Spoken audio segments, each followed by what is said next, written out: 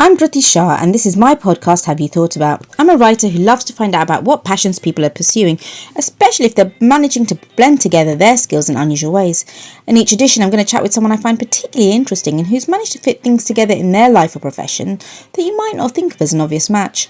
You're about to hear me chatting with Francesca Hurt, a chartered flood risk specialist. Hi Fran, now we've known each other since we were teenagers, and I tell you every time we meet up, you are a Renaissance woman. I think you can do just about anything. Sewing, cooking, camping, driving, magical mystery tours. There's so much to talk about.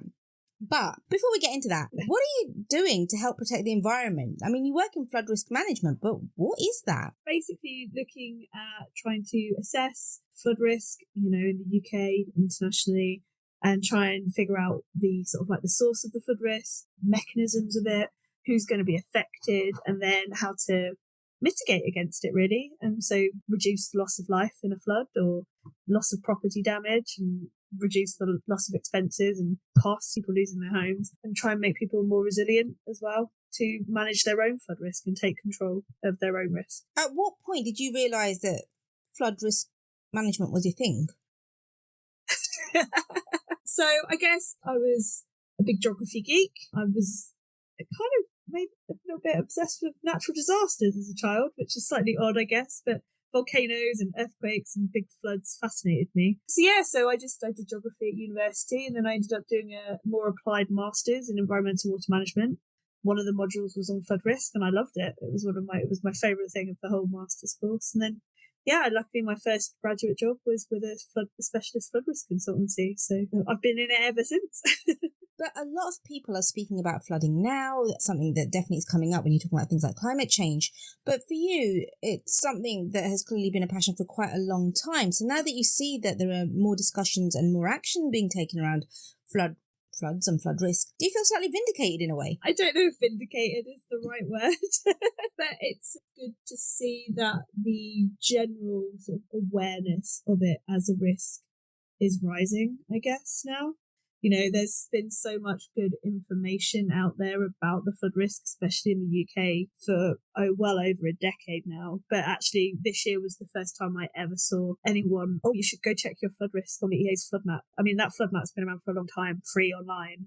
But that was one of the first times I'd ever seen it on TV was this year. That was the Environment Agency that you're talking about, their flood risk, because the listeners are from all over the world. But you haven't just worked in the UK, and you haven't just looked at water management, flood risk management in the UK. You've gone to the Caribbean. Yeah, I was really fortunate. One of the projects I got to work on a couple of years back was over in the British Virgin Islands.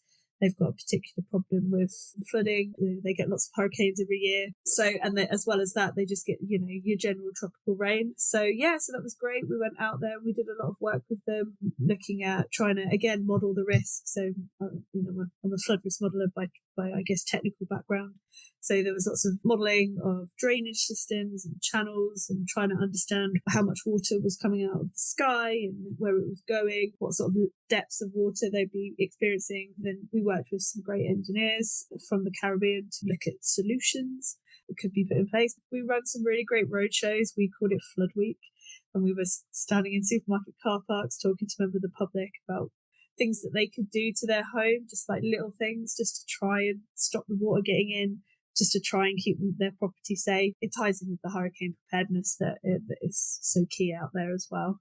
But and we got to go into some schools, which was great. And at the time I was a guide leader, and I went to go to a guide meeting out there as well. So it was a really sort of fulfilling sort of like work experience, learning about other countries, other cultures, whilst also doing your day-to-day sort of job. And why is it so important for you to be involved in these sort of community activities? Because you were involved in the guiding movement for quite a long time too, and that is very much a commitment. That's been around for quite a while as well. But for you, generally, what drives you to do these things? Because volunteering is not always easy. It's not easy, but I think if what you volunteer in you enjoy, it makes it easier. You give up your time, but you get as much out of volunteering as someone gets out of you, I think, those situations. It's good to give back, isn't it? And with the guiding, I mean, how did that help you navigate life, I guess? Were you learning all those survival skills? Like, what are you doing in the guiding that helps you nowadays and in other parts of your life? I used to laugh with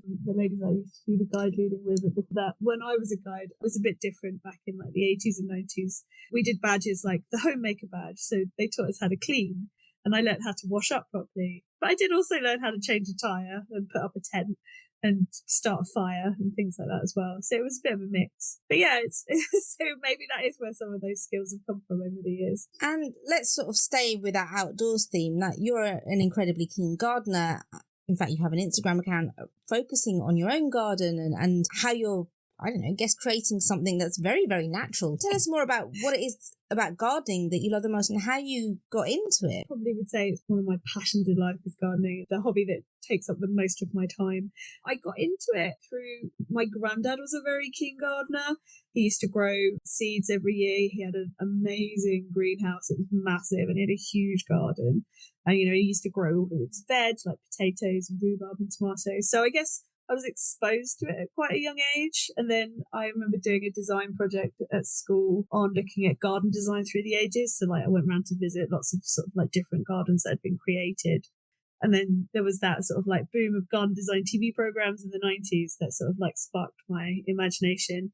I suppose it was, I don't know, it's probably about 20 years ago. I just started to grow my own plants. I used to borrow my dad's greenhouse and just start growing plants. And it's amazingly satisfying maybe or rewarding to just get some soil, plant a seed, and all of a sudden this magic happens. And obviously you need to water it and nurture it and keep it alive. But then you have a plant and it's just amazing. Fortunate to finally get my own garden a couple of years ago, and that's been my life at the moment, trying to transform it. But I think growing plants is one of my favourite things. It's so calming just sowing seeds and potting up plants. It is good for the mental health. It's so peaceful. You do it early in the morning, listening to the birds singing. But what are your favourite plants? Like, what is something that you've always made sure is in any garden that you've been involved in?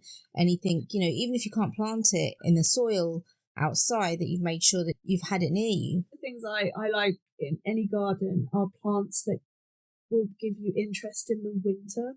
Because I think lots of people think of gardens and like in the summer and you've got pretty flowers and vegetables, but there are some beautiful plants out there that just bring you so much joy and colour through a garden through the winter. And so even on the coldest day you can go outside and you'll get this bright something will ping at you, be it like a really nice bright red dogwood or like a beautiful witch hazel with its yellow sort of furrows on it. So they're lovely. And then in the summer I like geraniums. Love them. Can't live without them. They're just joyous little plants. You get them in such, I think maybe also the colours. Since you're a young child, you've had to deal with asthma. So how have you managed to, again, navigate life with asthma? Because air pollution is something that's been discussed extensively right now. And there is a lot of conversation around asthma and around breathing and respiratory issues. But this is something you've had since you were a kid. But you're also amongst the most active people that I know. So how do you marry the two? I mean, this is probably breaking my stereotypes here. Everyone who has asthma has a different trigger. Mine was always fur cats. So I've managed it by never having a pet. Unfortunately, I was the kid that was never allowed a pet because I was allergic to pretty much everything growing up, other than a fish. I had fish. Yeah, so, and but you're right, dust and smoke. I mean, the smoking ban helped massively all those years ago because that used to really get to you back in the day.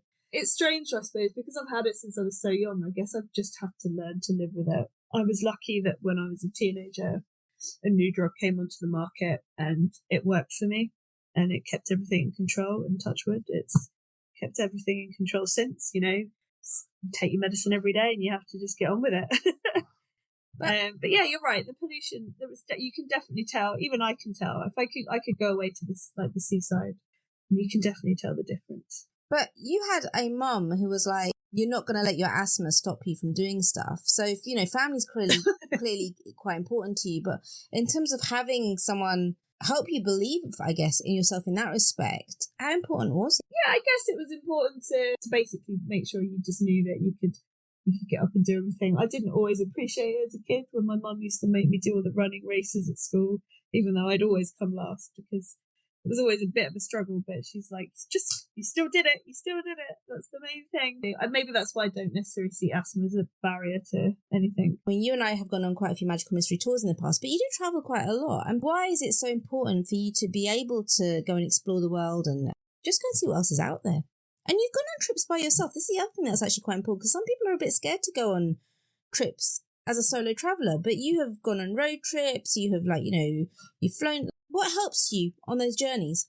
I've done a few solo sort of travel experiences. The main one was going around Scotland, and I think so I guess the one I went on fully by myself, where I just literally took myself off, was when I just decided to jump in the car and drive around the north coast of Scotland, part of the North Coast 500 drive. And I think it was great to get away and experience and just see some of the amazing scenery that this country has to offer. It's just nice to get out and about and you know, see different things, meet different people, hear different accents, and realise how friendly everyone is everywhere. Doing it solo, I mean, I planned it all and I made sure I was safe. So I was staying in sensible places, and, you know, I didn't put myself in any sort of like silly situations. Scotland was kind of familiar, even though I hadn't ever been there. So maybe that's why it made it feel a bit safer. So having that planning and prepping, is that quite important? Is that something you'd sort of recommend, that if you are potentially going off on your own somewhere, then I guess to break down that risk a little bit? I work in a risk management job. So I'm always, you know, risk management comes into everything. So, you know, you risk assess things. So for me, I liked to know where I was going, where I was going to be staying. Give that to your mum, being like, I'm going to be here on these days. And think, although we live in a world now, we've got mobile phones, so it's not quite the same as it used to be. But even so, you know, they feel better knowing me. But yeah, maybe I think that's it. Maybe it's just I'm a planner because I'm just, you know, it's in my nature to assess risk and try and think about things. Either that or I'm an overthinker. Aren't we all? What is it about the 80s that keeps you dancing? Well, I would say it's the music. It's the music that keeps me dancing. I don't know why. I fell in love with it.